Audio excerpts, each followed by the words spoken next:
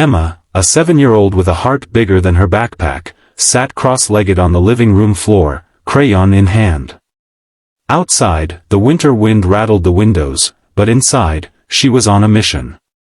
Her mother had passed away the year before, and her father worked long hours just to keep their small apartment warm and their fridge stocked. "Dear Santa, but this isn't just for Christmas," she muttered, determined. "This is for the man who works at the corner office." She wrote carefully, explaining that she didn't want toys or candy. Instead, she wanted to help someone lonely. She didn't know him personally, but she had seen him every morning in the office tower across the street, a man who always seemed sad, carrying a briefcase heavier than his smile. "I hope this letter finds you," she scribbled, "and that it brings a little happiness." A week later, Jonathan Hale, the widowed CEO of a struggling company, found the letter slipped under his office door. He had been buried under spreadsheets, debt notices, and the gnawing thought of bankruptcy. But the words of a little girl, pure, kind, and impossible to ignore, made him pause. He read it twice, then 3 times. Something inside him stirred, a warmth he hadn't felt since losing his wife. Impulsively, he tucked on his coat, grabbed his car keys, and drove straight to the address the letter listed. What would he find at a small apartment in a snow-dusted neighborhood?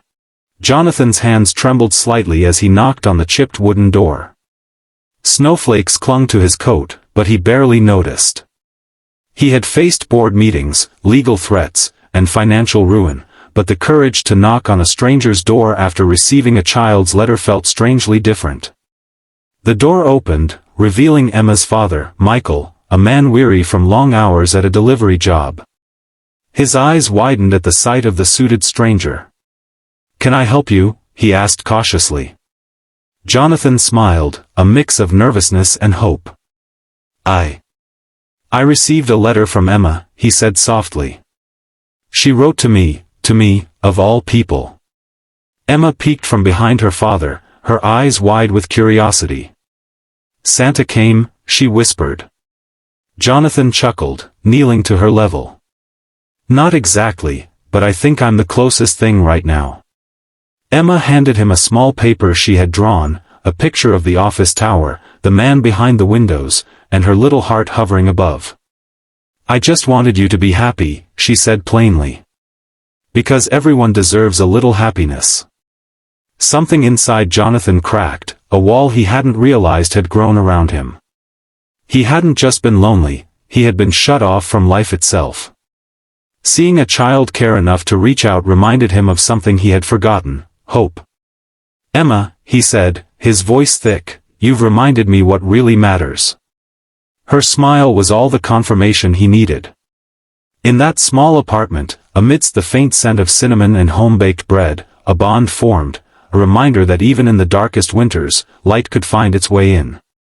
And Jonathan knew, without a doubt, that this encounter was going to change everything. Jonathan sat at Emma's tiny kitchen table, the hum of the heater filling the silence. He watched Emma carefully pour imaginary tea into mismatched cups, pretending to host a grand party. Michael sat nearby, exhausted but curious, unsure how to respond to this sudden, unexpected guest. "I never get visitors," Michael said softly, almost to himself. "Especially not CEOs." Jonathan smiled, but his mind wasn't on business. It was on Emma, the little girl who had reminded him of the human heart behind the balance sheets, the numbers, and the endless meetings. He realized that for the first time in years, he wasn't thinking about failure or loss. He was thinking about kindness. "I read your letter over and over," Jonathan said, glancing at Emma.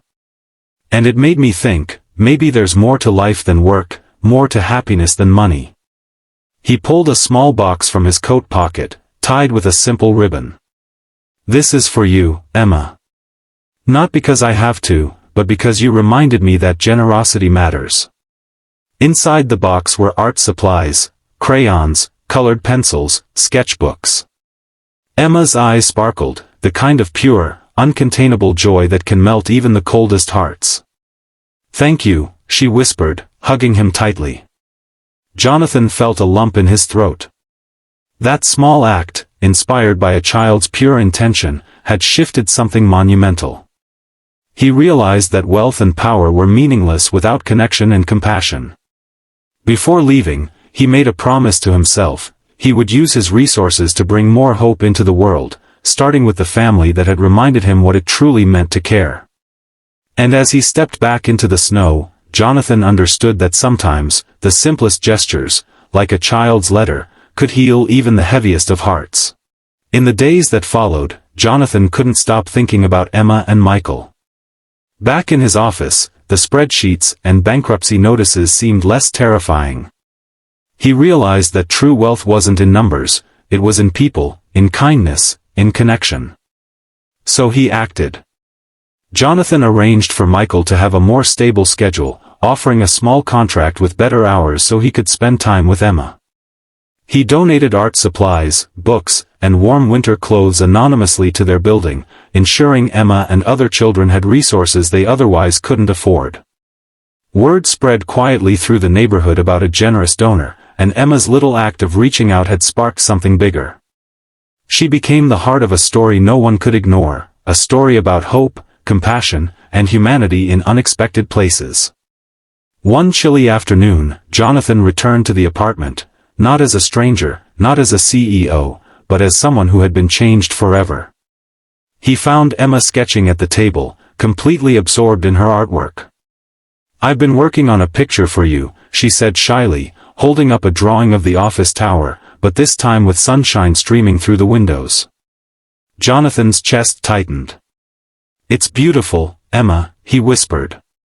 In that moment, he understood that the smallest gestures, a letter, a smile, a hand offered in kindness, could create ripples far beyond imagination. One little girl's compassion had reminded him how to live, how to care, and how to open his heart after years of sorrow. And as they looked out the window together at the softly falling snow, Jonathan realized that life, even in its hardest moments, had a way of surprising you, with hope, with love, and with a little bit of magic. Christmas morning arrived with a soft blanket of snow over the city, and Emma woke to a surprise she would never forget. Jonathan had returned, not with presents bought from a store, but with a promise to make their lives brighter in a way no money could measure. He helped Michael set up a small community art corner in their building's common room, where children could draw, paint, and share their stories. Emma's eyes sparkled with pride as she became the first to hang her artwork on the walls, each piece a testament to imagination, hope, and kindness. Jonathan watched quietly, feeling a warmth he hadn't known in years. He realized that Emma's simple letter, the words of a little girl, had reshaped his life. He had come seeking nothing, but left giving everything: his time, his compassion, and his belief in the goodness of people. That evening, Emma handed him another drawing, a picture of Jonathan smiling with a heart glowing above his head. "Now you're really Santa," she said. Jonathan laughed, tears glinting in his eyes. "I think I'll keep that title," he said softly. From that day forward, the small apartment on the corner became a hub of joy, laughter, and generosity. Emma's letter had started it all, proving that even the smallest act of kindness could ripple outward, touching lives in ways no one could foresee. Jonathan knew he had found something far more valuable than business success: connection, empathy, and the reminder that one person, even a child, could make a difference. And as the snow settled outside, a widowed CEO, a hard-working father, and a little girl laughed together, knowing that sometimes the greatest gifts in life aren't wrapped in paper, they're written in letters, drawn in crayons, and felt in the heart.